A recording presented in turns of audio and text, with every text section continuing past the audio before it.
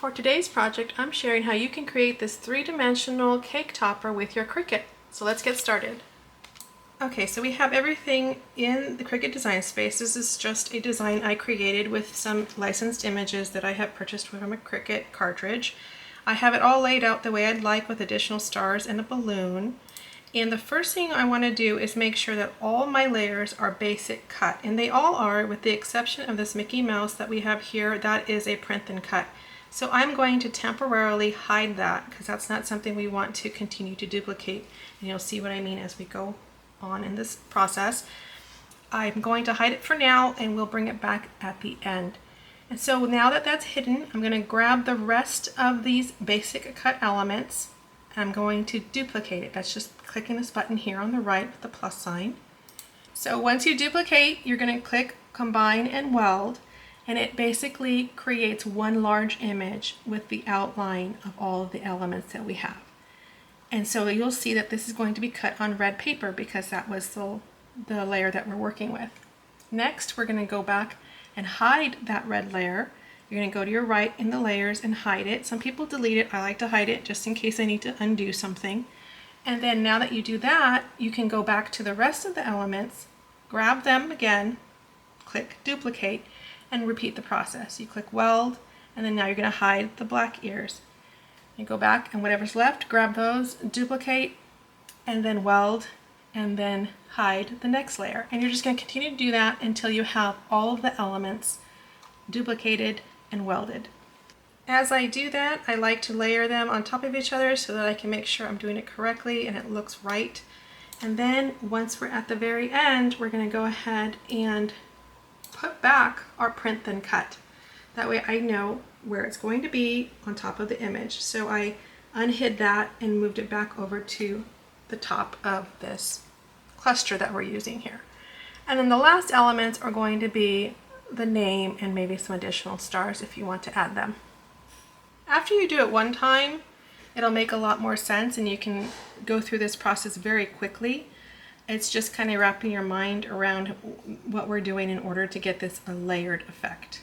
Now that it's all layered the way I want it to layer, I'm going to go ahead and click Make It. We're going to do this on a 12 by 12 mat.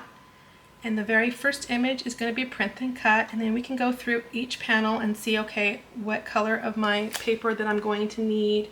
Do I want to change any different colors in case I want to use pattern paper? And you'll do that here. You can move things around and do all that before you go on to the next step.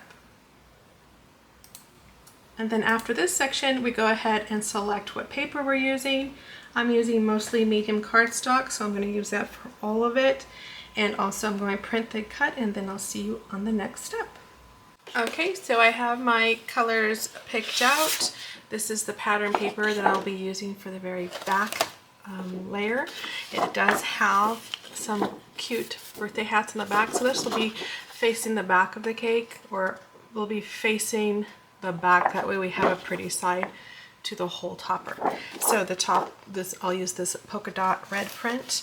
And then I have my print and cut image printed out on glossy photo cardstock paper. And this is going to be cut first, and then we'll move on and cut all the rest of the pieces.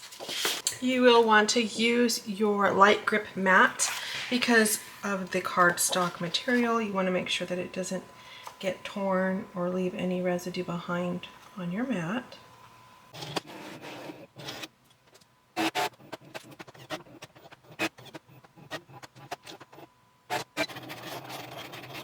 Okay, so our first cut is complete, and rather than showing you every single cut from this point forward, I'm going to quickly go through this and then I'll meet you at the end when we start to assemble it.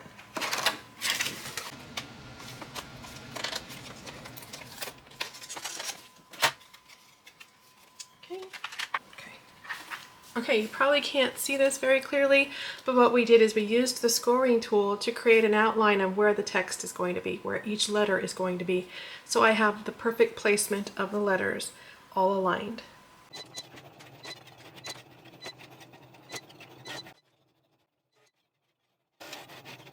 Okay, so I have all my pieces cut with my Cricut. Now I'm going to just elevate this little balloon 3 a little bit more by embossing it with my Sizzix. So this is an embossing folder. What we're doing is I'm just going to go ahead and put this inside there, and I want it to add little dots to it. It's going to give it some texture.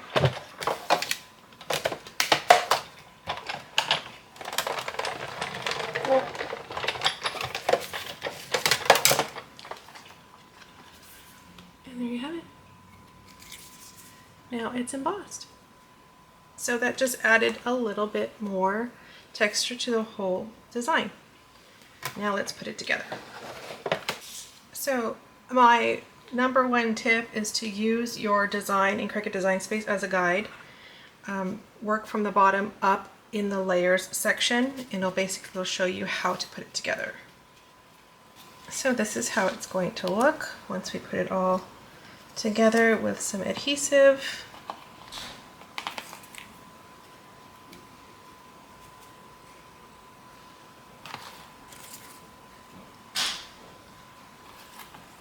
So I have a bunch of these stars, and I'm going to look at the design to make sure I have them in order, and they're going to be placed along the section here.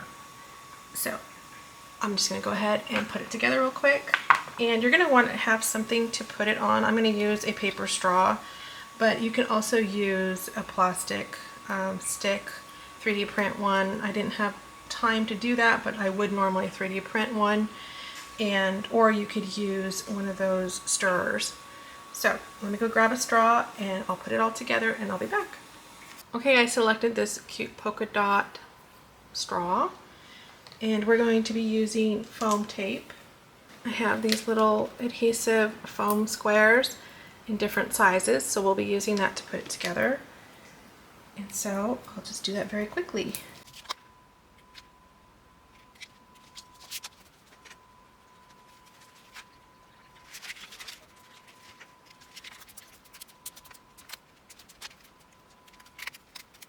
Okay, so as you know, this is a licensed image, so I won't be selling this. This is just for personal use, and I used all these images that were in Cricut Design Space that I had paid for when I had a Disney cartridge, and so we're allowed to use these for personal use, but not for resale. But if you use this technique to create non-licensed images, just so you know, they do sell colored foam tape, adhesive foam. So that way it blends in real nicely with your designs and you're not seeing the white foam sticking out. So that's just a little FYI. But I'm just using what I had because this is just for me.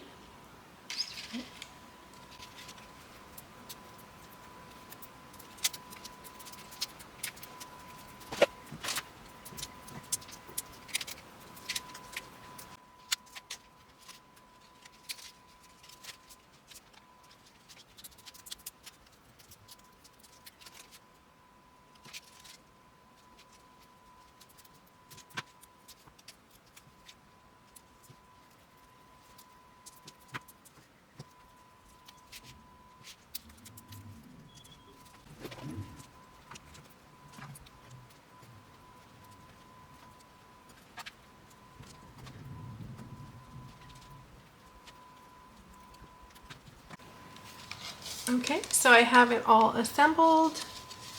It's actually pretty hefty. Here's the back. So that looks nice and on all sides.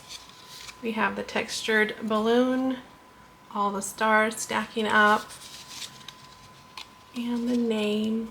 Everything is stacked so that it is three-dimensional. So nothing is laid flat is what I'm saying. Everything has the dimensional foam on it. So it gives it quite a bit of thickness. So the last thing I do is I attach the straw or the stick.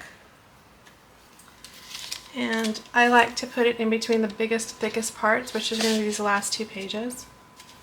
So I'm going to put some hot glue and stick it in there.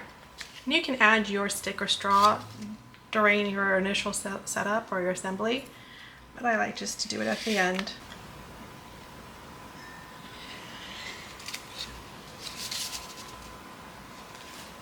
Just make sure you have it centered, and that's it. Really easy. You can also add some bows. I'm going to add a little red bow there.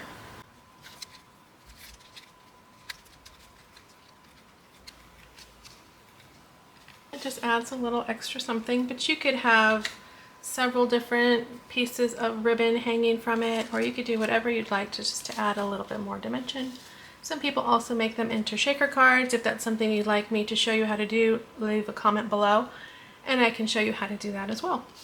So I hope you like this project. I hope you use this technique to create your own 3D cake toppers. You can use them for also centerpieces and other little decorations for your parties. So as always, thank you for watching, and I'll see you next time.